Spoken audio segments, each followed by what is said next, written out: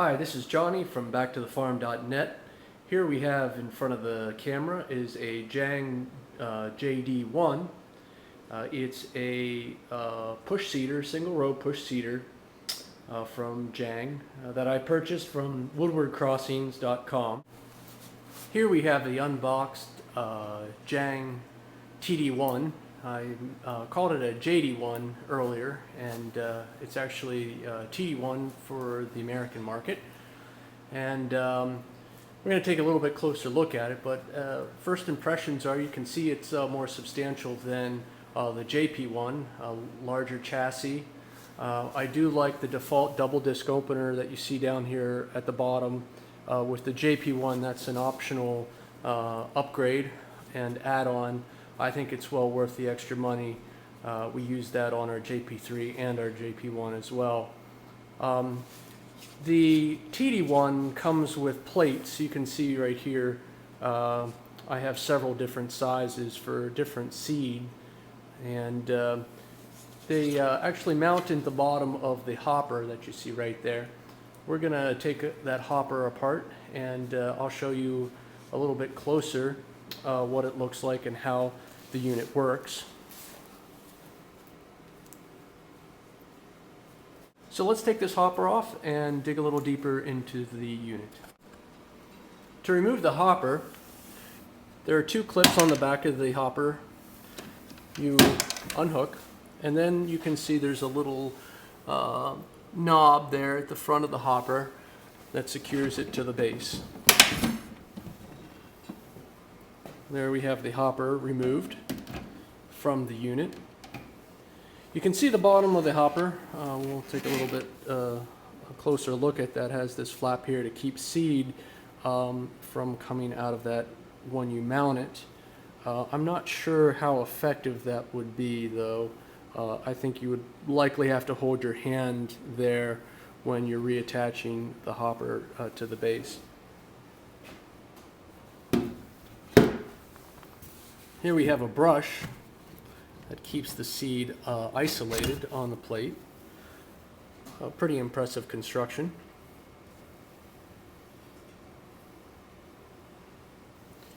And this little fork here actually guides the seed over top of the plate and on top of or over the hole or the slot.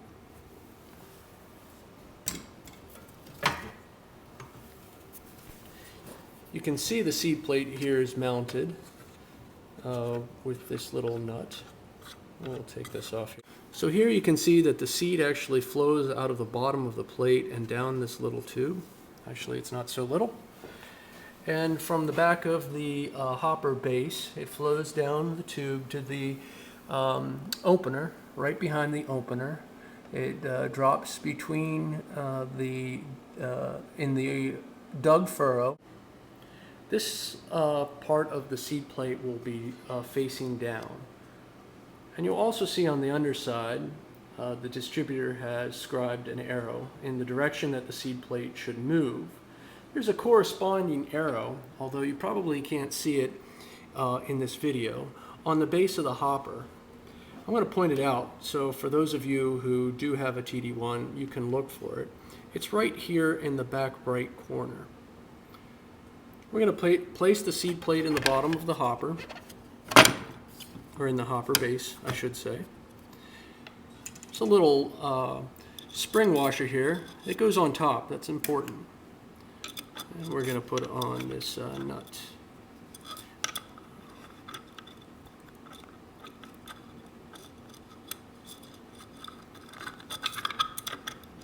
Well, I'm going to use two hands here. I'll catch you in a few moments.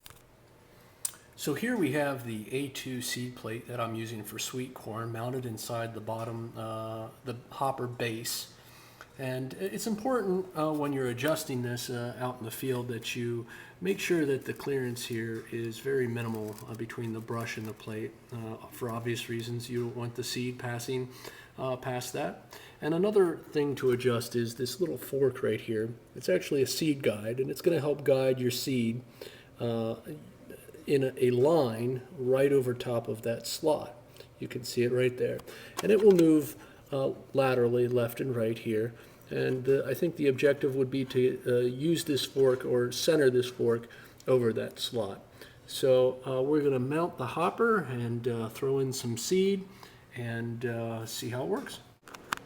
Here we have a Jang TD-1 precariously placed on this makeshift stand here, so I can show you how this seeder singulates large seed.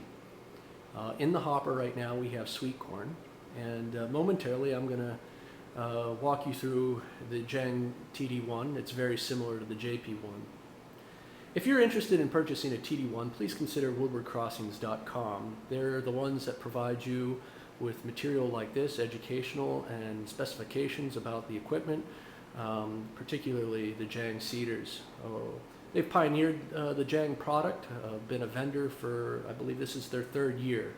So if you're thinking about purchasing a Jang TD-1 or a Jang JP-1 or any other Jang product, please contact woodwardcrossings.com.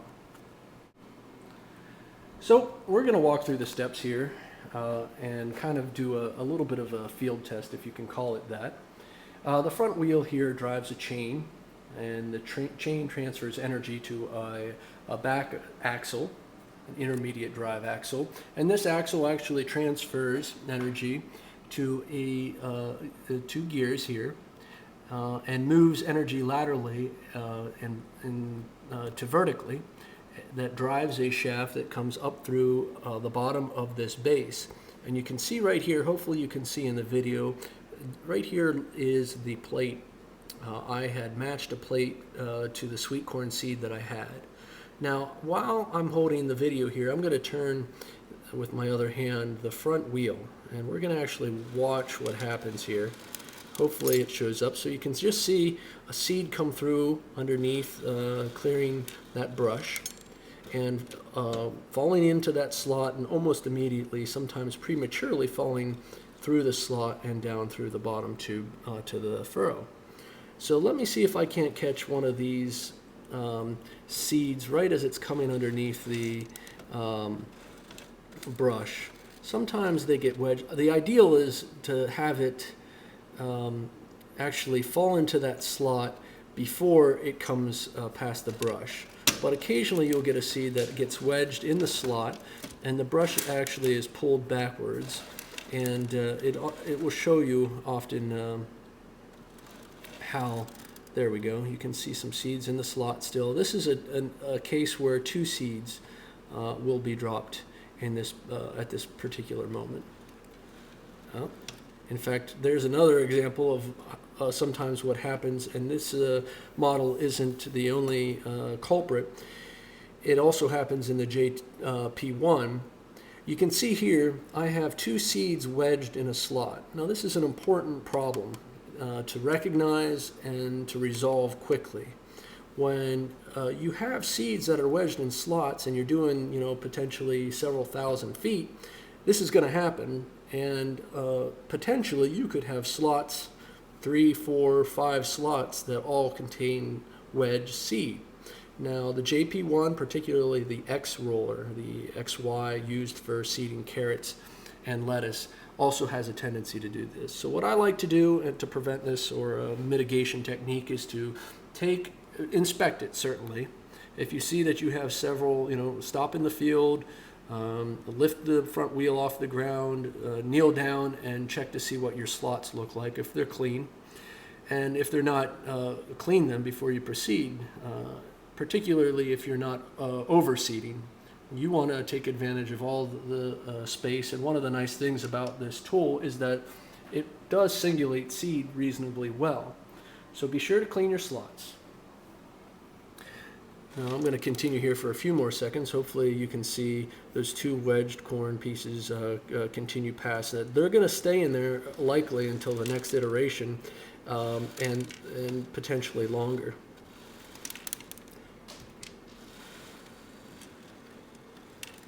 There we go.